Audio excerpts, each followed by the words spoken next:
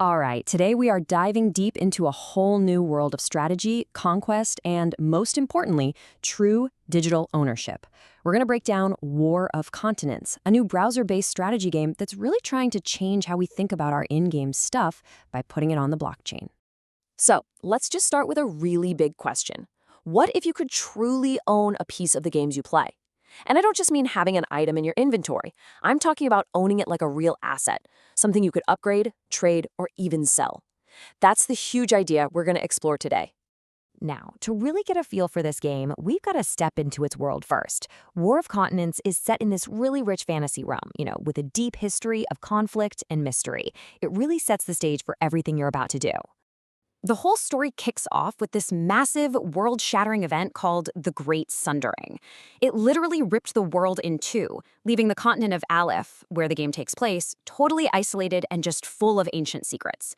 This epic high fantasy vibe is the backdrop for every single empire that's going to rise and fall.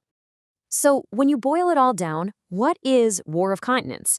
Well, it's a strategy game you can play right in your web browser. It blends resource management and hero missions with blockchain tech.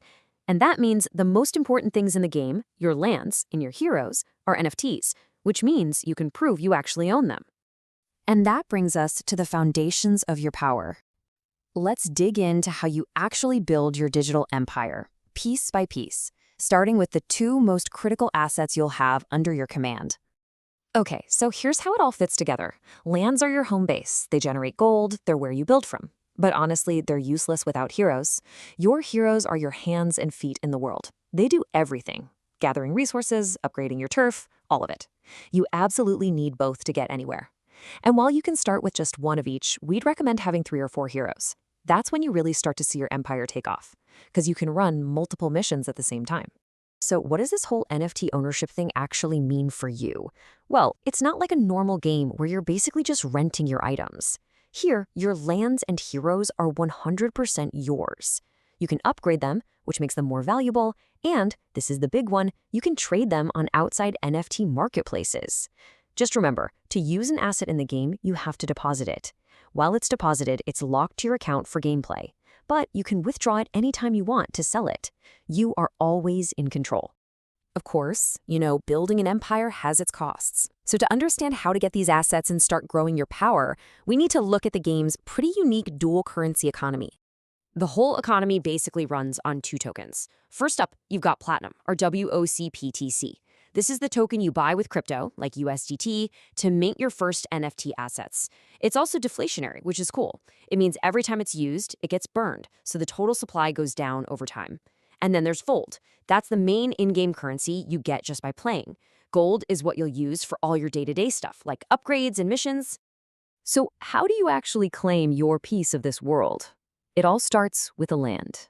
Right now, the price to mint your first plot of digital real estate is 50 platinum coins. Think of it as your first big investment, your permanent stake in the world of Aleph.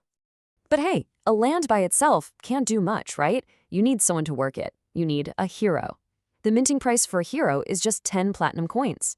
But you should know, these aren't just any old heroes. They're special Generation Zero heroes, a limited series just for early players that will probably have some unique value as the game grows.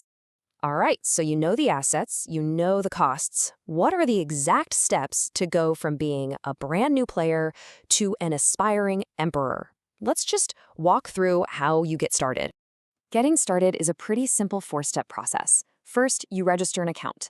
Second, you connect a crypto wallet like MetaMask, and it is super important that this is the same wallet you registered with. Third, you buy the platinum you need.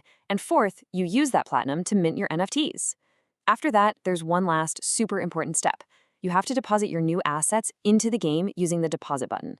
That's what makes them active and ready to go. And just a quick security tip, the game will ask for your approval for actions through your wallet. That's for your own protection, so always take a second to read the prompts before you confirm anything. Oh, and check this out. This is a fantastic bonus to keep in mind. For every single land you mint, you get to mint 1 hero for absolutely free. That's a huge head start, giving you that basic combo you need to get your journey started right away. Okay, you're in. Your assets are minted, they're deposited. So what do you actually do? What's the day-to-day gameplay look like in this first phase of the game, which they call Epoch 1? The core gameplay is this really satisfying strategic loop. You assign your heroes to your lands, which lets them go out on missions. Those missions gather essential resources like gold and these powerful things called elementals. You then use those resources to upgrade your land's towers and seals, which makes your next round of missions even more efficient. It's that classic cycle of growth and reinvestment, where every little decision builds on the last one. And these are the missions that are going to become your daily bread and butter. You'll be sending heroes to collect that steady stream of gold from your land, searching for those super important elementals for big upgrades, hunting for seals to protect your resources, and of course, doing the upgrades themselves. Every mission is another brick in your growing empire. But, and this is a big but, there's a catch. The most powerful resource for upgrades, these elementals, are super unstable. The moment you find them, they start leaking away from your vaults unless you do something very specific to secure them. And that creates the main strategic puzzle you have to solve in Epoch 1. And this just shows you how critical that puzzle is. If you don't have any protective seal, you lose a mind-blowing 95% of your gathered elementals every single day. A simple common seal helps, but you're still losing 3/4 of your supply. This makes finding and upgrading your seals an absolute top priority for anyone who's serious about playing. But this whole resource management loop, that's just the very beginning. The vision for War of Continents goes way beyond just your personal empire and builds towards a full-on global war. See, the game's roadmap is broken into what they call epochs. So after this first epoch of just setting up your economy, future updates are going to add things like hero skill trees, new resource buildings, and then the March of Armies, where you'll train units and battle other players. And it's all building towards these huge events like the Citadel Wars and, the main event, the War of the Continents. Which really brings us right back to where we started. War of Continents is offering a chance to build something real in a digital world, an empire that's backed by actual assets that you truly own. So the only question left is, in a world full of digital empires, what legacy are you going to build?